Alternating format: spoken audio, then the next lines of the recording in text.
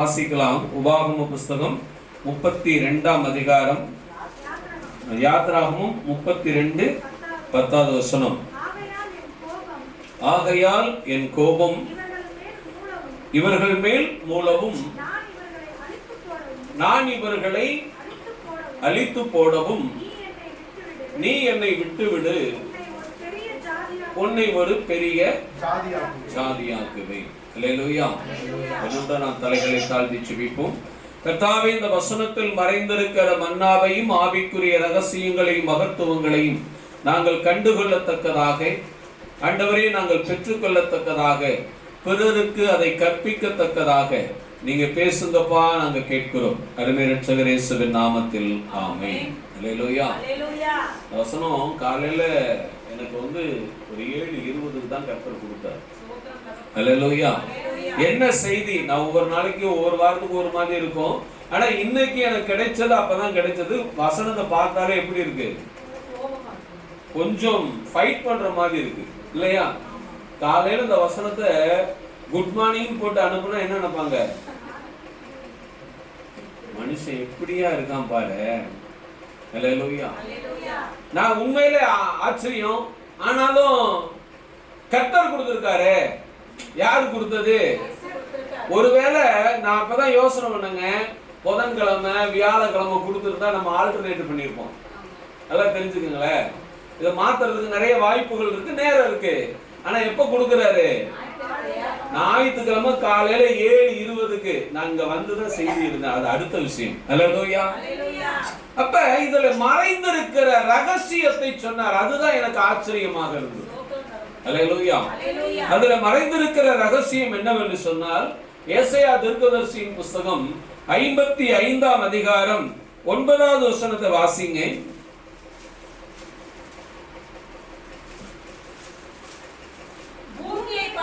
பூமியை பார்க்கிலும் வானங்கள் எப்படி உயர்ந்திருக்கிறதோ அப்படியே உங்கள் வழிகளை பார்க்கிலும் என் வழிகளும், உங்கள் நினைவுகளை பார்க்கிலும் என் நினைவுகளும் உயர்ந்திருக்கிறது. கரங்களை தட்டி கர்த்தருக்கு நன்றி செலுத்தும். அல்லேலூயா.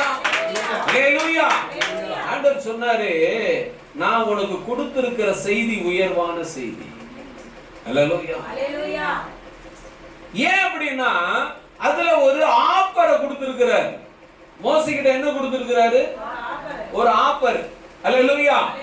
அதை நீ முறையாக பயன்படுத்தினால் உன்னுடைய குடும்பம், உன்னுடைய ஜனங்கள், உன்னோடு வருகிறவர்கள் நிச்சயம் சபையில் இருப்பார்கள்.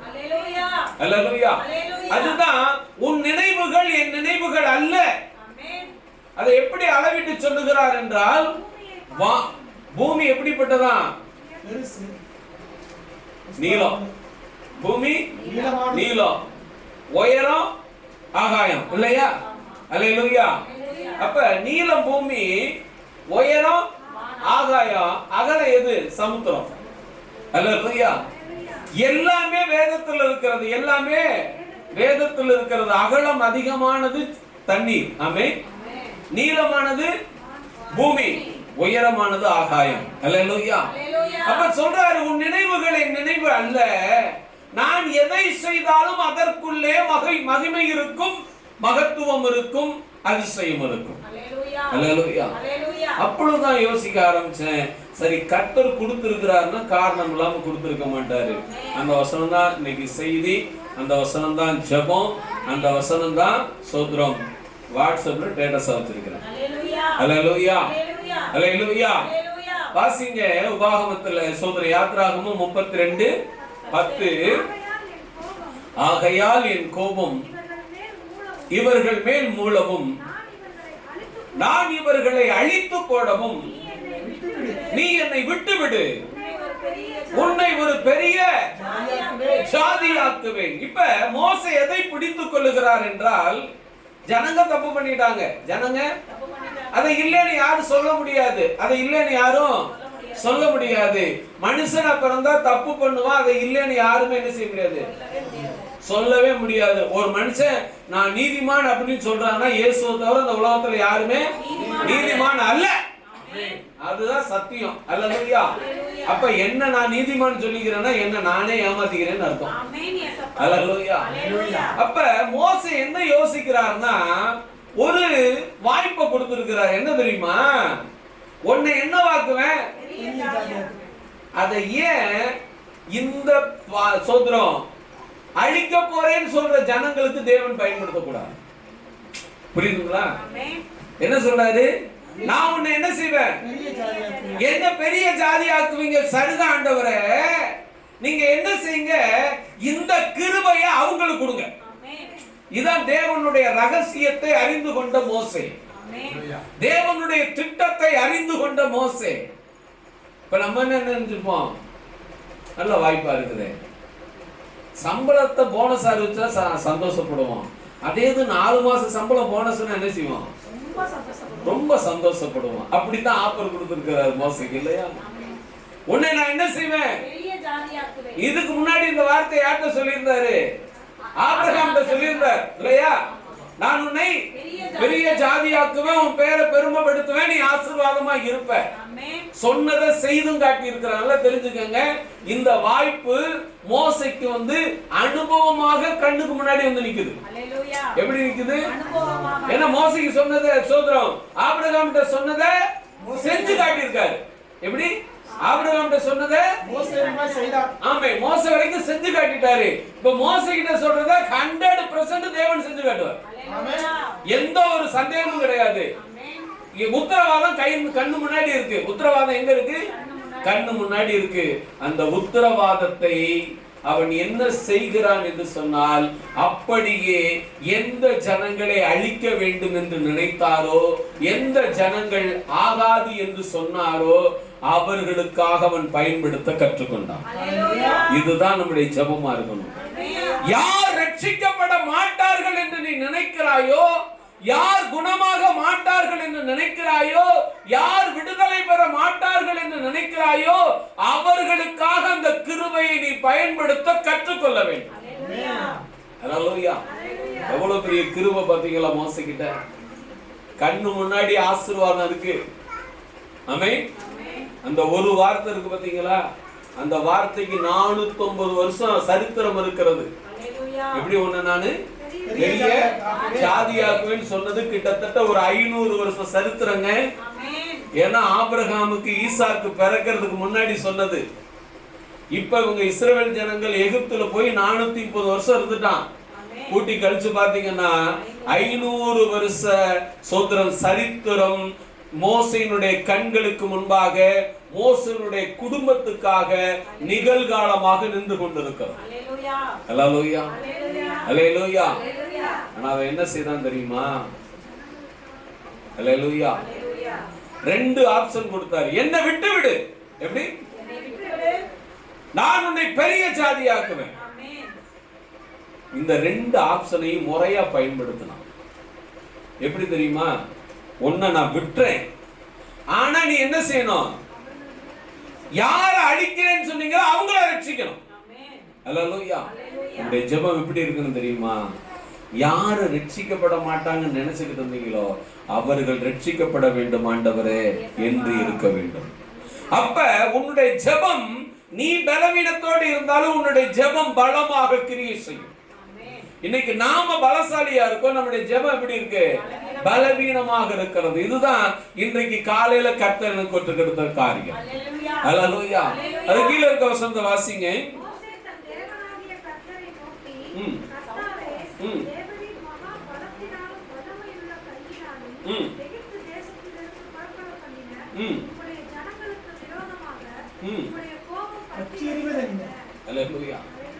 கேக்குறான், ஆண்டவரே உம்முடைய கோபம் யார் மேல பற்றி எரியுது? உம்முடைய ஜனங்கள் மேல பற்றி எரியுது. அல்லேலூயா. இதுக்கு நிகரா யோவான் எழுதுகிறார். என்ன எழுதுகிறார்? இருள் அதை பற்றி கொள்ள முடியாது. இருள் என்ன செய்ய முடியாது? பற்றி கொள்ள முடியாது. அல்லேலூயா. ஆனா மாறாக கோபம் பற்றி எரியுது ஆண்டவரே அப்படின்னு சொல்லிட்டு அடுத்த வசனம் 13வது வசனத்தை வாசிங்க. 13.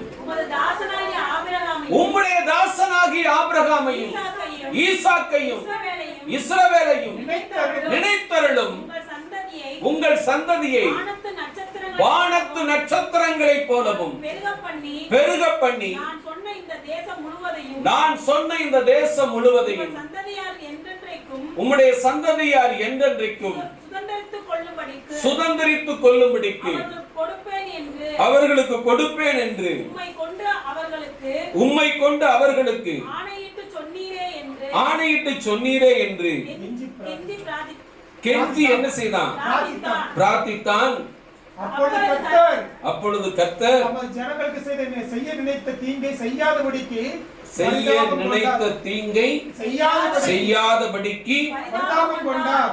என்ன செய்தாரு? பரிதாபம் கொண்டார். கரங்களை தட்டி கர்த்தருக்கு நன்றி செலுத்துவோம். அல்லேலூயா, அல்லேலூயா. பிரியமானவர்களே, அவன் அது மாத்திரமல்ல, இன்னொரு காரியத்தையும் சொல்லுகிறான். அல்லேலூயா, அல்லேலூயா. 12வது வசனத்துல அந்த விஷயம் இருக்கிறது. வாசிங்க. பூமியின் மேல் இராதபடிக்கு அவர்களை நிர்மூலமாக்கவும் அவர்களுக்கு தீங்கு செய்யும் பொருட்டே அவர்களை புறப்பட பண்ணுவீர் என்று எகிப்தியர் சொல்லுவானே. ஆமென். அல்லேலூயா, அல்லேலூயா. எகிப்துல ஒரு நல்ல பேர் இருக்கு ஆண்டவரே. நீ ரட்சிப்பின் தேவன் என்று நல்லா புரிஞ்சுக்கங்க. எகிப்துல என்ன பேர் இருக்கு? ரட்சிப்பின் தேவன். எகிப்தியருக்கு ஒரு பேர் இருக்கு. எகிப்துல சொல்றான். ஏன் அப்படின்னா, இஸ்ரவேல் ஜனங்கள் இருந்த இடத்துல எந்த ஒரு வாதையும் வரல, மாறாக எகிப்தியருக்குள்ள வாதை வந்தது. அல்லேலூயா.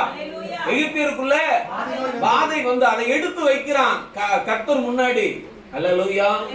அது போலதான் உன் குடும்பத்துல யார் ரட்சிக்க மாட்டாங்கன்னு நினைச்சுக்கிட்டு இருக்கியோ, அந்த எண்ணத்தை எடுத்து வெளியே வச்சுட்டு, ஆண்டவரே அவர்களை ரட்சியும் என்று முன்னாடி கொண்டு போங்க. கர்த்தர் அதை செய்வார்.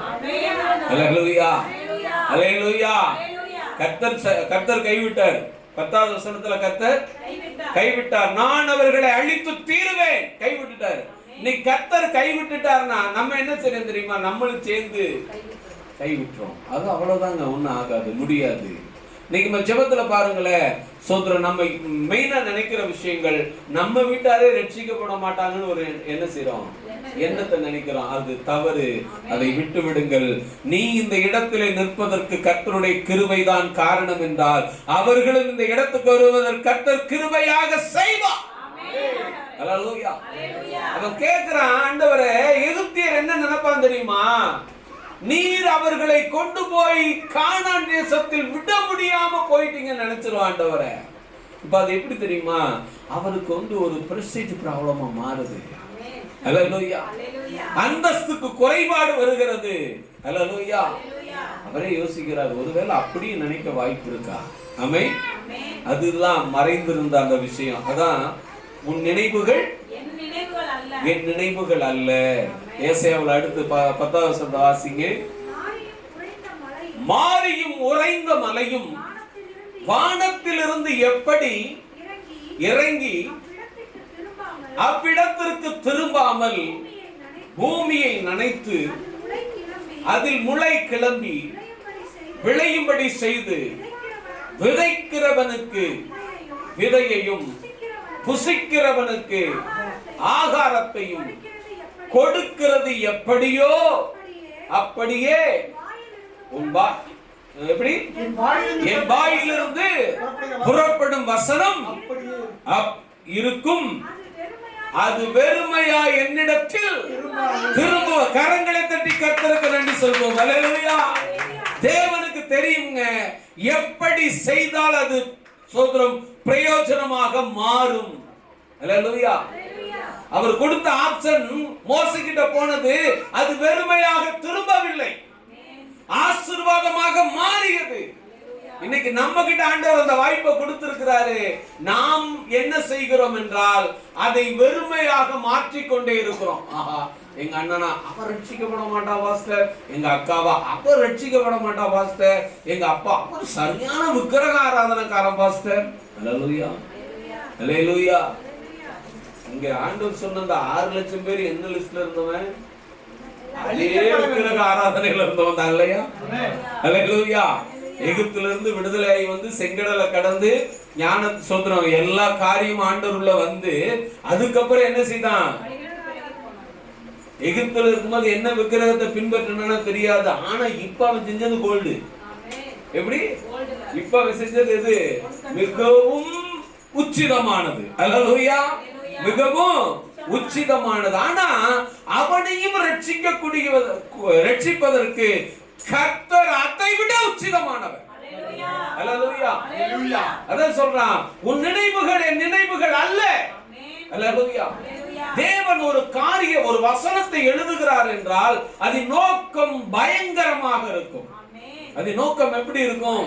பயங்கரமா இருக்குங்க. அப்பதான் சொல்றாரு சோதரனா, அந்த ஆப்பரை கொடுத்தது நோக்கம் என்ன தெரியுமா? எல்லோரும் ரட்சிப்பதற்கு அதை மோசே எப்படி பயன்படுத்துது, அதான் பக்குவம். அல்லேலூயா. இப்ப உலகத்தான் சொல்ற மாதிரி அது விதிங்க, முடிஞ்சு போச்சுங்க அப்படின்னு நீயும் சொல்றியா?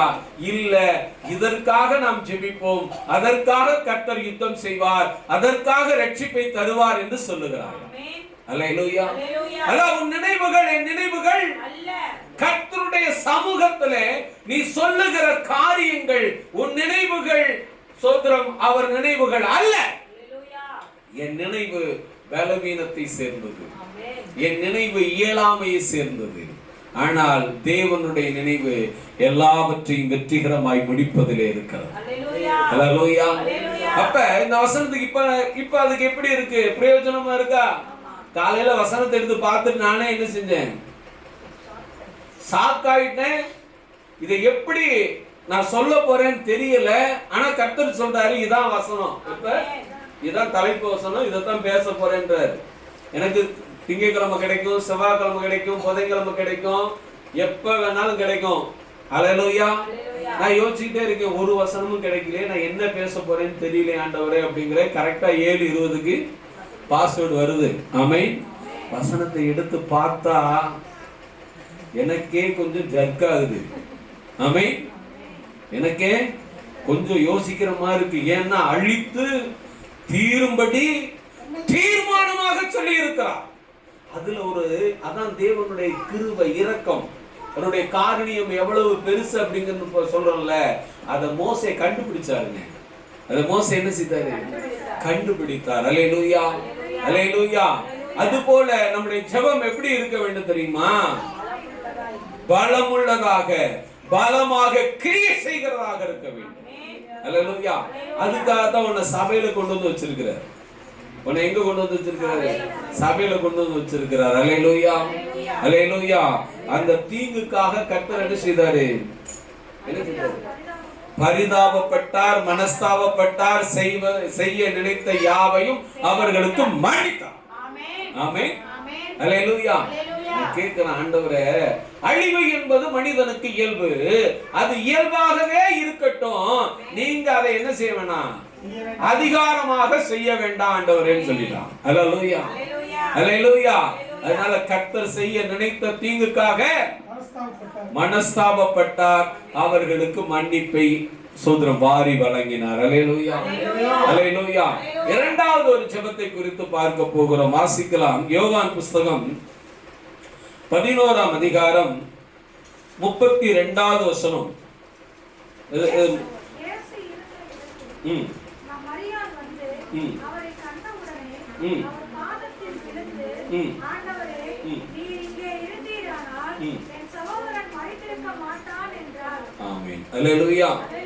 இது எல்லாருக்குமே வரக்கூடிய ஒரு பிரச்சனை தான் இல்லையா? அதுல 20வது வசனத்தை வாசிங்க. 11:20. இந்த இடத்துல மார்த்தாள் எப்படி இருக்கிறாங்க? அதாவது இதை எப்படி சொல்றது அப்படின்னா, வெளியில இருக்கிற விஷயங்களை ஆராய்வதிலே மார்த்தாள் புத்திசாலி. அதெல்லாம் தெரியுதுங்களா? மார்த்தாள் இருக்கிற வீடு, மரியாள் இருக்கிற வீடு ரெண்டும் ஒரே வீடு தான் இல்லைங்களா? ஆனா மார்த்தாளுடைய மைண்ட் செட் வேற, மரியாளுடைய திட்டங்கள் வேற. அல்லேலூயா. ஆனா இன்னைக்கு நாம எப்படி இருக்கிறோம், இந்த இடத்திலும் நாம் எப்படி இருக்கிறோம், அதுவும் கர்த்தருடைய சமூகம் தான், இதுவும் கர்த்தருடைய சமூகம் தான். அது கர்த்தருடைய ஜனங்கள், இது கர்த்தருடைய ஜனங்களுடைய வீடு. ஆமென். அல்லேலூயா. இப்ப நாம் சபையில எப்படி இருக்கிறோம் என்று சொன்னால், ஒருவேளை நாம் மரியாதை போல் இருக்கிறோமா அல்லது மார்த்தாளை போல் இருக்கிறோமா? அல்லேலூயா. மார்த்தாள் வெளியில இருக்கிற விஷயங்களை கேதர் பண்ணுவதிலே புத்திசாலியாக இருக்கிறார். அல்லேலூயா. அவ எப்படி இருக்கிறா? வெளியில இருக்கிற விஷயங்களை கேதர் பண்ணுவதில்ல, ஆய்வு செய்வதில்ல, அறிந்து கொள்வதில்ல, இயேசுவை தேடுவதில்ல. மரியாதை விட மார்த்தாள் தெளிவான ஒரு சகோதரி. ஆமென். அதனாலதான் 20வது வசனம் அப்படி சொல்லுகிறது, இயேசு வருகிறார். மார்த்தாள் கேள்விப்பட்ட போது அவருக்கு எதிர்கொண்டு போனார். மரியாள் வீட்டில் உட்கார்ந்திருந்தாள். மரியாள் எங்க இருக்கிறா? வீட்டில தான் இருக்கிறா. ஆனா இந்த செய்தி எப்படி அவளுக்கு கிடைக்கிறது என்றால், அவள் தேவனை தேடுவதிலே மிகவும் முனைப்பாக செயல்படுகிறார். அல்லேலூயா. அப்படிதானே அதை நம்ம எடுத்துக்கணும். அல்லேலூயா. தேவன் வருகிறார் என்ற செய்தி வருகிறது. தேவனை எதிர்கொண்டு போகிற அனுபவம் இவளுக்கு இருக்கிறது. எப்படி தேவனை எதிர்கொண்டு போக, இன்னைக்கு நம்ம அப்படிதான் அநேக விசுவாச மக்கள் இருக்கிறோம்.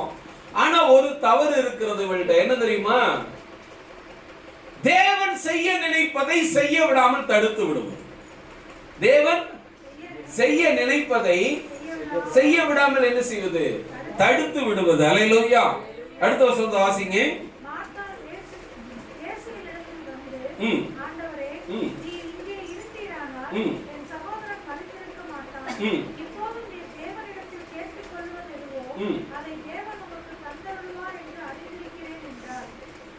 அல்லேலூயா.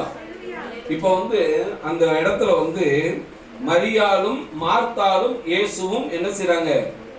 பேசிக்கிறாங்க. ஜெபம் ஒருவருக்கொருவர் கலந்துரையாடப்படுகிறது இல்லையா? இப்ப என்ன கேக்குறாங்க? நீர் இங்கே இருந்திருந்தீரே ஆனால் என் சகோதரன் என்ன செய்திருக்க மாட்டான்? மரித்திருக்க மாட்டான் அப்படின்ற பிரேயர் தான் முன் வைக்கிறாங்க இல்லையா? அதுக்கு என்ன பதில் வருது? ரிப்ளை. இயேசு அவளை நோக்கி உன் சகோதரன் உயிர்த்தெழுவான் என்றார். அதற்கு மார்த்தாள் எப்படி? அடுத்த பதில் அவங்க எங்க போயிட்டாங்கன்னா நியாய தீர்ப்பு காலத்துக்கு போய் நிக்கிறாங்க.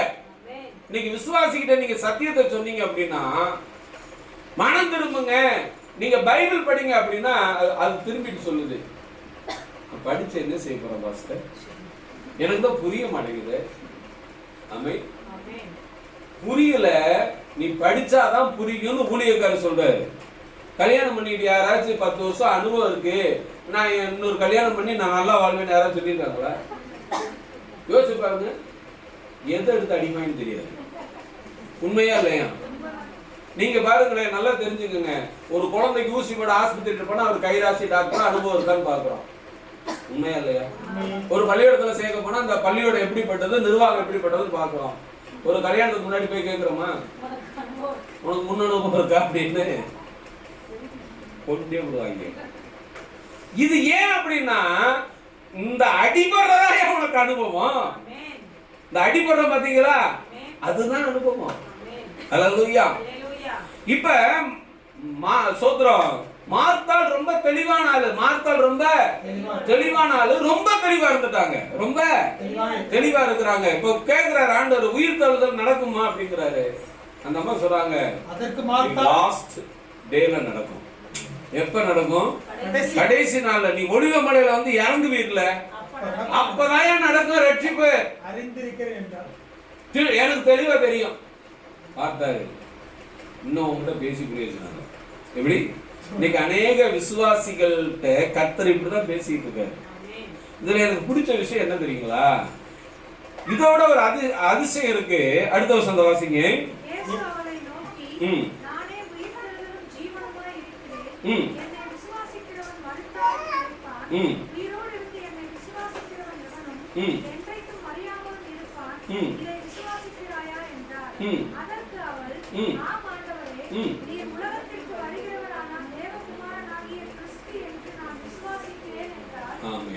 நான் விசுவாசிக்கிறேன் என்றால்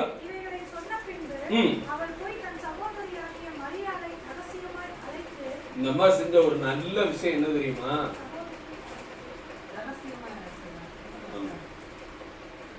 இந்த ரகசியத்தை கொண்டு போய் அப்படியே யார்கிட்ட சொல்லிட்டாங்க? தன் சகோதரிட்ட சொன்னாங்க.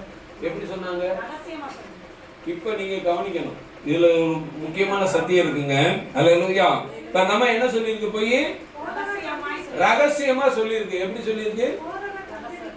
வந்திருக்கிறார். அடுத்த வசனம்.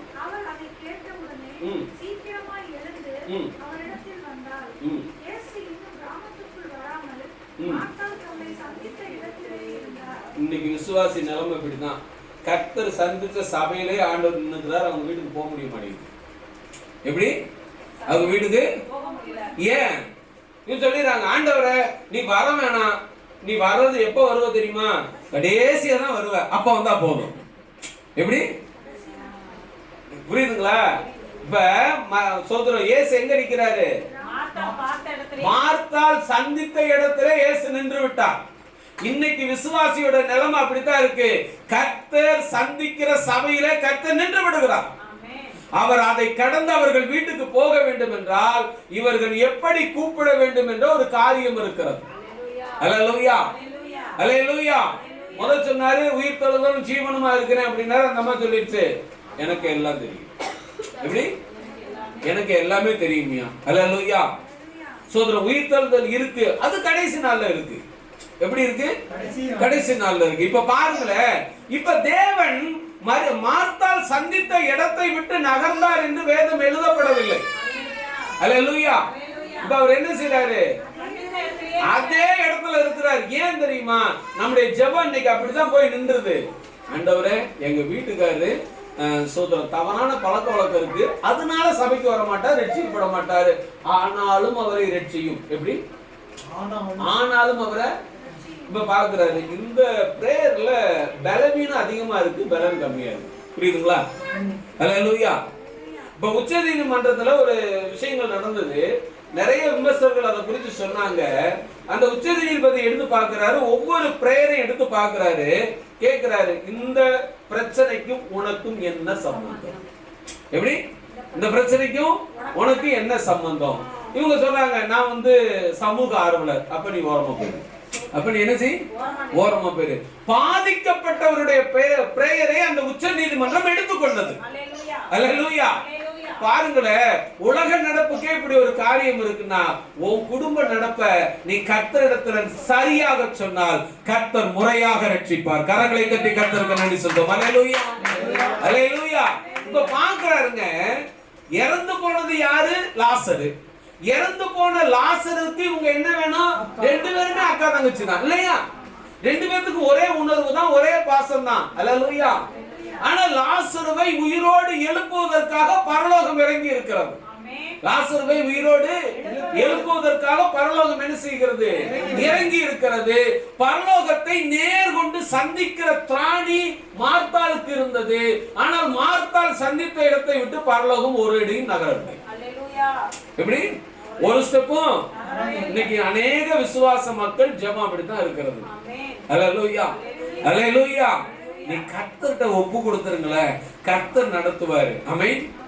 அவர் மதுபானத்துக்கு அடிமையா இருந்தாலும் சரி, எதுக்கு அடிமையா இருந்தாலும் சரி, அந்த குடும்பம் என்ன விக்கிரகத்துக்கு அடிமையா இருந்தாலும் சரி, நீ கர்த்தர்கிட்ட ஒப்பு கொடுத்து பாருங்க, கர்த்தர் அதை மீட்டெடுக்க போதுமானவர். உன் நினைவுகள் என் நினைவுகள் அல்ல, நான் விரும்புகிற காரியமா இது வாய்க்கும். நான் விரும்புகிற காரியமா என்ன செய்யும்? ரட்சிப்பை விரும்புகிறார், அது வாய்க்குங்க. அல்லேலூயா. இப்ப மார்த்தாள் சந்தித்த இடத்துல இயேசு எங்க இருக்கிறாரு? அதே இடத்துல பரலோகம் அங்கதான் நிக்குது. ஆமென். இப்ப அடுத்த வசனத்துல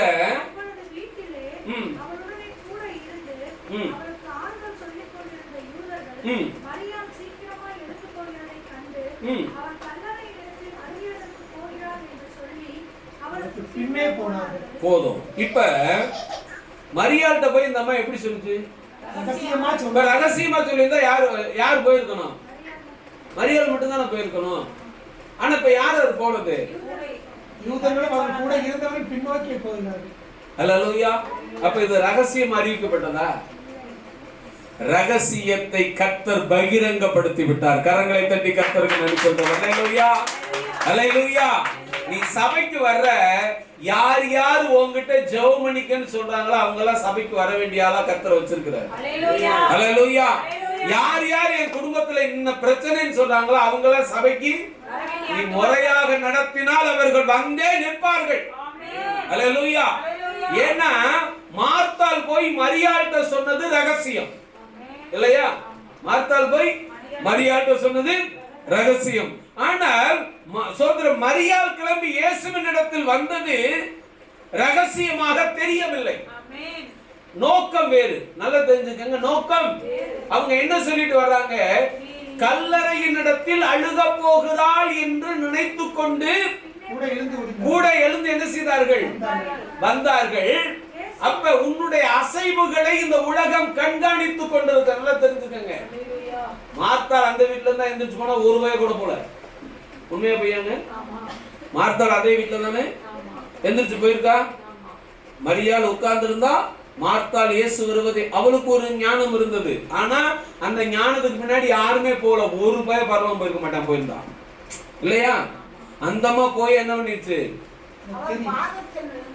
ஸ்டாப். ஆண்டவரே நீ மகா பரிசுத்தம் உள்ளவர், அங்கே நான் பாவி, நான் இங்கே. புரியுதுங்களா? அதனாலதான் ஆண்டவர் எழுதும் போது கொஞ்சம் பேஸ் விட்டு எழுதுறாரு. மார்த்தாள் சந்தித்த இடத்தில் இயேசு இருந்தார். அல்லேலூயா. இப்ப மரியாளுடைய அசைவுகள் கண்காணிக்கப்படுகிறது. உன்னுடைய அசைவுகளை இந்த உலகம் கண்காணித்துக் கொண்டுதான் இருக்கிறது.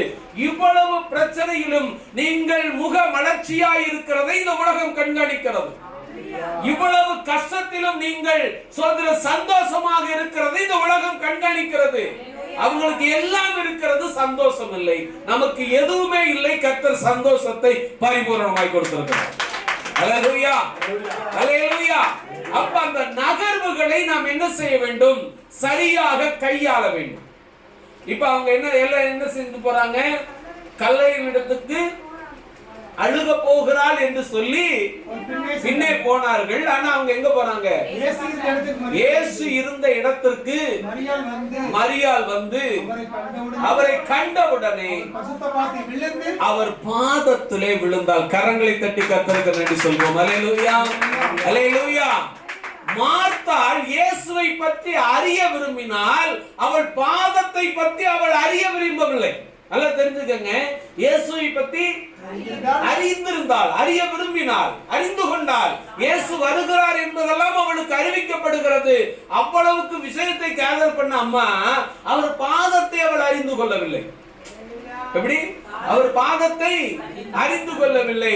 ஆனால் அறியாத சோதரம் மரியாள் அவள் பாதத்தை அறிந்து வைத்திருந்தார். அல்லேலூயா. இப்ப பாருங்களேன், மரியாள் சோதரம் மார்த்தாளும் அதே பிரேயர் தான் போய் வைக்கிறார் இல்லையா? நீ இருந்திருந்தால் என் சகோதரன் மரித்திருக்க மாட்டான். அதே பிரேயர் தான் மரியாளும் போய் வைக்கிறார். ஏதாவது வித்தியாசம் இருக்கா? ஒரு வித்தியாசம் இல்லை. ஒன்னே ஒண்ணு நிகழ்கிறது. அவர் பாதத்தை மரியாள் அறிந்திருந்தார். அல்லேலூயா. இந்த சபையை நீங்கள் அறிந்திருக்கிறீர்கள். மரியாளை போல ஒப்பு கொடுங்கள். கர்த்தர் உங்களை உயிர்ப்பிக்க போதுமானவர். அல்லேலூயா, அல்லேலூயா. தேவன் செய்வாருங்க. அதுக்காகத்தான் உனக்கு கிருபையை கொடுத்து ரட்சித்திருக்கிறார். உனக்கு கிருபையை கொடுத்து என்ன செய்திருக்கிறாரு? பாவியாக என்னை நீதிமானாய் மாற்றி கொண்டு வந்து சபையில் நிப்பாட்டி இருக்கிறார். அல்லேலூயா. அப்ப அதை நான் என்ன செய்ய வேண்டும்? சரியாக முறையாக கையாள வேண்டும். இப்ப பாதத்துல வந்து விழுந்து, ஆண்டவரே நீங்க இருந்தீரானால் என் சகோதரன் மரித்திருக்க மாட்டான் என்றார். அவள் அழுகிறதையும் இப்ப பாருங்களேன், தேவன் பேசினாரா? பார்வையிலே அற்புதம் நிகழ்கிறது. அல்லேலூயா. இப்ப மரியாள்கிட்ட மார்த்தாள்கிட்ட பேசினாருன்னு தான் இருக்கும். 21வது வசனத்துல அவ போய் கேட்கிறா. 22வது வசனத்துல பேசுறாங்க ரெண்டு பேரும் இல்லையா? ஆனா இங்க பேச்சுவார்த்தையே கிடையாதுங்க. உள்ளம் உருகுகிறது, இதயம் அப்படியே சோதரன் தண்ணீராய் வடிகிறது. அல்லேலூயா. பாருங்க, அது அப்படியே எழுதுறாங்க பாருங்களேன். அவள் அழுகிறதையும் அவளோடு கூட வந்த யூதர்கள் அழுகிறதையும் இயேசு கண்டபோது ஆவியிலே கலங்கி அற்புதத்தை நிகழ்த்தினார். நீ சபைக்கு வந்து சொல்லுகிற விண்ணப்பம் கர்த்தர் உன் குடும்பத்தை ரட்சிப்புக்குள் நடத்துவதற்கு எதுவாக இருக்க வேண்டுமே தவிர ஒருவேளை மார்த்தாலை போல இருக்கக்கூடாது. அல்லேலூயா, அல்லேலூயா.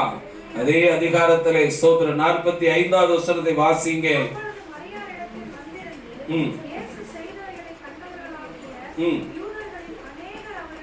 அநேகர் அவரிடத்தில் விசுவாசம் வைத்தார்கள். கரங்களை தட்டி கர்த்தருக்கு நன்றி செலுத்துவோம். அல்லேலூயா. உன் குடும்பத்துக்கு வருகிற ஒவ்வொரு போராட்டமும் ஒவ்வொரு பிரச்சனையும் அது ஆத்தும ரட்சிப்புக்காகவே தேவன் செய்து கொண்டு போகிறார். அல்லேலூயா. அதிலே சோதரம் 12ஆம் அதிகாரம் 1-2 வசனங்களை வாசிங்க, நாம் முடிப்போம். பஸ்கா பண்டிகை வர 6 நாளைக்கு முன்னே இயேசு தம் மரணத்திலிருந்து எழுப்பின லாசரு இருந்த பெத்யானியாவுக்கு வந்தார். அங்கே அவருக்கு ராவிருந்து பண்ணினார்கள். மார்த்தாள் பணிவிடை செய்தார். லாசரும் அவருடைய கூட பந்தியிருந்தவர்கள் ஒருவனாய் இருந்தான். கரங்களை தட்டி கர்த்தருக்கு நன்றி சொல்லுங்கள். அல்லேலூயா. இளைப்பாறுதல் ஸ்தலத்துக்கு அவன் போயிட்டான். இளைப்பாறுகிற இடத்திற்கு என்ன செய்தான்? அவன் போயிட்டான். அப்ப நீங்க சொல்லக்கூடிய ஜெபம், நீங்கள் யாரெல்லாம் ரட்சிக்கப்படுவார்கள் என்று விரும்புகிறீர்களோ அவர்கள் எல்லாம் இளைப்பாற வருவார்கள். ஆமென். அப்ப நான் என்ன செய்யணும்? என் ஜெபத்தை சரியாக கையாள வேண்டும். அல்லேலூயா. ஒருவேளை கைவிடப்பட்டது போல உன் குடும்பத்தில் இருக்கிறவர்கள் இருக்கலாம், உனக்கு தெரிந்தவர்கள் இருக்கலாம், உன்னுடைய உற்றார் உறவினர் இருக்கலாம். ஆனால் உன் ஜெபம் கைவிடப்பட்ட ஜெபமாய் இருக்கக்கூடாது. அல்லேலூயா. அதான் சொன்னார், நான் உன்னை பெரிய ஜாதியாக்குவேன் அப்படின்னு சொன்னாரு. 500 வருட சரித்திரம் மோசைக்கு முன்னே இருக்கிறது. 500 வருட சரித்திரம் மோசைக்கு முன்னே இருக்கிறது. அதிலே ராஜ்யபாரம் இருக்கிறது. யோசேப்பு அதிலே ராஜாவாய் இருக்கிறான். அல்லேலூயா. ஆனால் அவன் அதை என்ன செய்தான் என்றால், ஆண்டவரே அதை என்ன செய்யுங்க, இந்த கைவிடப்பட்ட ஜனங்களுக்கு பயன்படுத்துங்க என்று கேட்டான். கர்த்தர் அதற்காக மனஸ்தாபப்பட்டு ரட்சிப்பை கொடுத்தார். அல்லேலூயா. மார்த்தாள், மரியாள், லாசரு 3 பேரும் ஒரே வீட்டில் இருந்தவர்கள், உடன் பிறந்தவர்கள். அல்லேலூயா. மார்த்தாளுடைய ஞானம் இயேசுவை அறிவதில் இருந்தது. மரியாளுடைய ஞானம் இயேசுவின் பாதத்தை அறிவதில் இருந்தது. அல்லேலூயா. இயேசுவை அநேகர் அறிந்திருக்கிறார்கள். அதனால்தான் அவர்கள் மாத்திரம் சபைக்கு போகிறார்கள். ஆனால் மரியாளுடைய ஞானம் அநேகரை சபைக்கு உட்படுத்துகிறது. அல்லேலூயா. அதான் ஆண்டவர் சொல்றார், உன் நினைவுகள் என் நினைவுகள் அல்ல, நான் விரும்பின காரியம் வாய்க்கும்படி கர்த்தர் வசனத்தை அனுப்பி இருக்கிறார். அதை நீ முறையாக சொல்லுகிற பொழுது அநேகரை நீங்கள் ரட்சிப்புக்குள் கொண்டு வருவீர்கள். அநேகர் உங்களோடு கூட இளைப்பாறுவார்கள். நாம் எல்லோரும் முழங்கால் படியிடுவோம். கேட்ட வார்த்தைகளை சற்று நாம் சிந்தித்து பார்த்து நாம் ஜெபிப்போம். ஆவியானவரே ஸ்தோத்திரம். இறுதியான ஜெபத்தை நம் மத்தியில் இருக்கிறதான மகேஷ் அவர்கள் ஜெபிப்பார்.